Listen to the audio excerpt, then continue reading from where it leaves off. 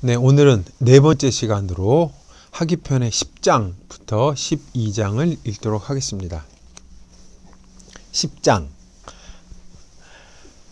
자금 문어 자공할 부자 지어 시방야 하사 필문 기정하시니 구지여와 억여지여와 자공할 부자는 올양 공검량이 득지하시니 부자지 구지야는 기저 이호인지 구지여인저.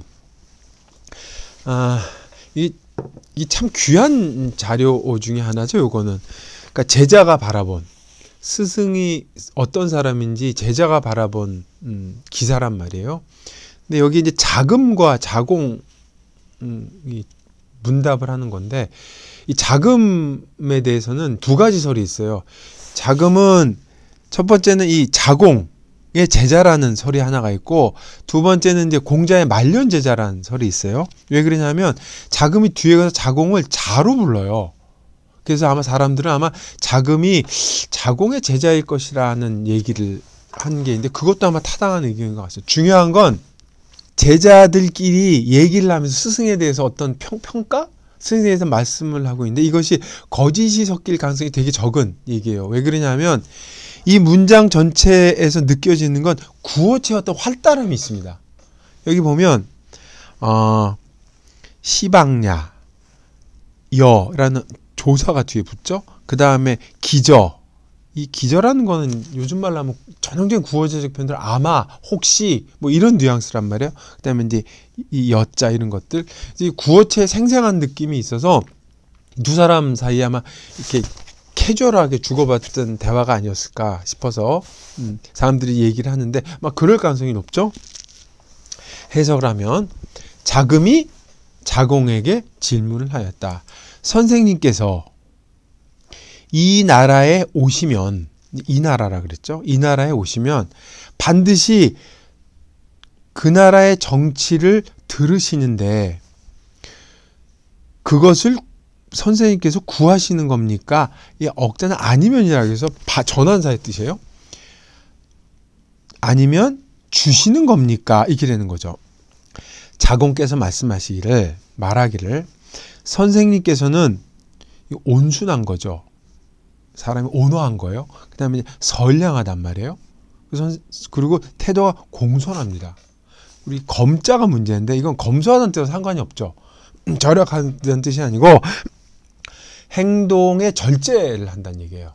행동에 절제를 하시고, 그리고 양보하셔서 들은 것이니, 정사를 듣게 된 것이니, 선생님께서 구하시는 것은 다른 사람이, 남들이 구한 것과는 다른 것일 것이다 라고 기저라는 뉘앙스를 갖고 있죠. 자공은 여기서 선생님을 올양 공검이라고 하는 5가지의 그 성격, 선생님의 어떤 그 태도를 갖고 이제 설명을 하고 있는 거죠. 그러니까 자금은 물을 때 선생님이 이 나라에 오시면 정사를 꼭 듣는데 꼭 들으려고 애쓰시는 거예요? 아니면 이 여자는 주다는 뜻입니다. 주다. 숫자. 그래서 같은 문장인데 주어가 바뀌죠.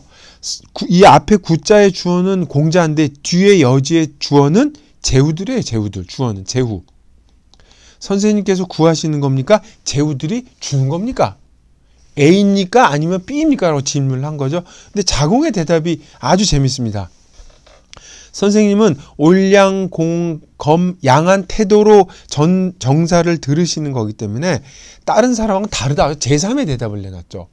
재밌는 건 여기서 공자의 어떤 태도라든가 제자들이 바라본 그 성격이 여기서 묘사가 되고 있는 거. 그 글자 이제 5글자로 해석을 하고 있는데, 이게 통설은 5가지로 봅니다만 요거를 4자로 끊을 수 있어요. 이렇게.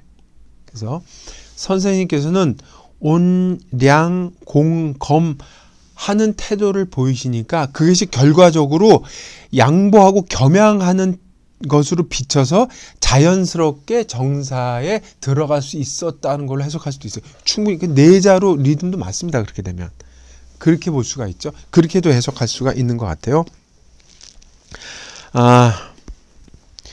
이 자공이라는 사람은 그 공자가 자공이 없었으면 천하를 다닐 수가 없었죠. 대상인이기도 했고, 이 논어에서 중요한 질문이 이제 몇 가지가 있는데, 여기서 자공이 바라본 공자가 어떤 사람인지를 얘기하고 있는데, 이거를 보면 공자의 태도가 되게 이렇게 온순한 사람인 걸 알 수가 있죠. 그리고 공자는 실질적으로 이 말만 한 게 아니라 이 자공이 보듯이 온량 공고한 태도로 살았어요.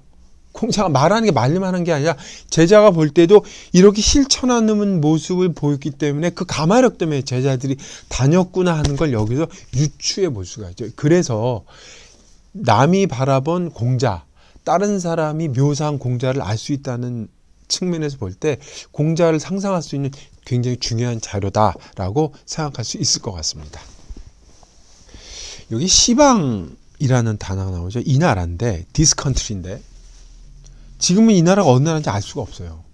근데 이거를 자금과 자공이 대화했을 때는 얘기할 건덕지조차 없는 너무 당연한 거였을 거예요. 어느 지역에 갔으니까 여기라 그랬을 거란 말이에요. 그러니까 이 당시에는 너무 당연한 얘기들, 지금에 와서는 알 수가 없는 상황이 돼버린 거죠. 논어에 이런 게 굉장히 많습니다.